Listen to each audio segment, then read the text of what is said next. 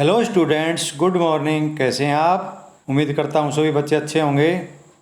Question number 5, भोजन पकाने के साधनों या विधियों की विवेचना करें। इनमें से कौन सी विधि सर्वोत्तम है, या भोजन पकाने की कौन कौन सी मुख्य विधियां हैं, वर्णन करें। पकाया हुआ भोजन स्वादिष्ट और मुलायम होता है, जिसको चबाने में आसानी रहती है। पकाने से खाद्य पदार्थ को अधिक देर तक सुरक्षित रखा जा सकता है, इसलिए भोजन पकाना बेहद ज़रूरी है। भोजन को पकाने के साधन या विधियाँ इस प्रकार हैं। नंबर 1, भाप द्वारा पकाना।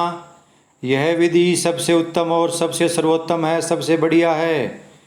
भाप द्वारा पकाया गया भोजन स्वादिष्ट और स्वास्थ्य के लिए लाभदायक होता है।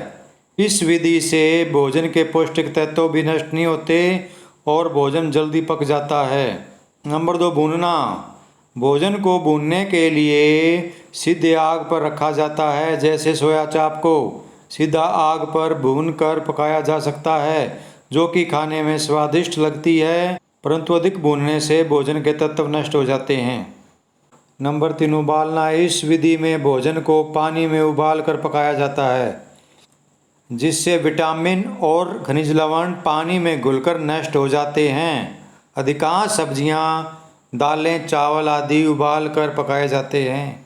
नंबर 4, तलना। तलने से भी भोजन के तत्व काफ़ी हद तक नष्ट हो जाते हैं, उसमें कुछ बचता ही नहीं।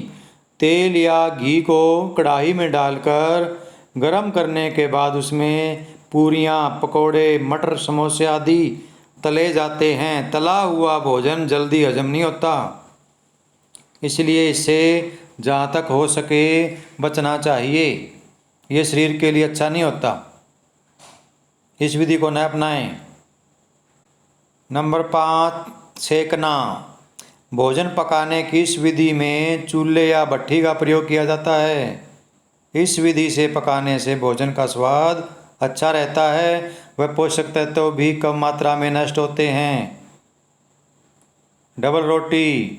वह घरों में रोटी आदि को पकाने के लिए इसी विधि का प्रयोग किया जाता है, परंतु कई बार इस विधि में भोजन कच्चा रह जाता है। हमें माताएं बहनें इसी विधि का प्रयोग करके रोटियां बहुत अच्छी बनाती हैं, बिल्कुल अच्छी तरह से पकी हुई। अतः इन पांचों विधियों को देखकर हम कह सकते हैं कि भोजन पकाने की सर्वोत्तम विधि भाप द्वारा भोजन तैयार करना है। इस विधि में पकाए गए भोजन के पोषक तत्व नष्ट नहीं होते और भोजन भी स्वादिष्ट बनता है, तो आप ज़्यादातर इसी विधि का प्रयोग करें। तो बच्चों, आपको हमारा चैनल कैसा लगता है, कमेंट करके बताएं और अपने स्कूल का नाम अवश्य लिखें, ताकि मुझे पता चले किस किस विद्यालय के बच्चे मेरे द्वारा पढ़ाए जा रहे हैं।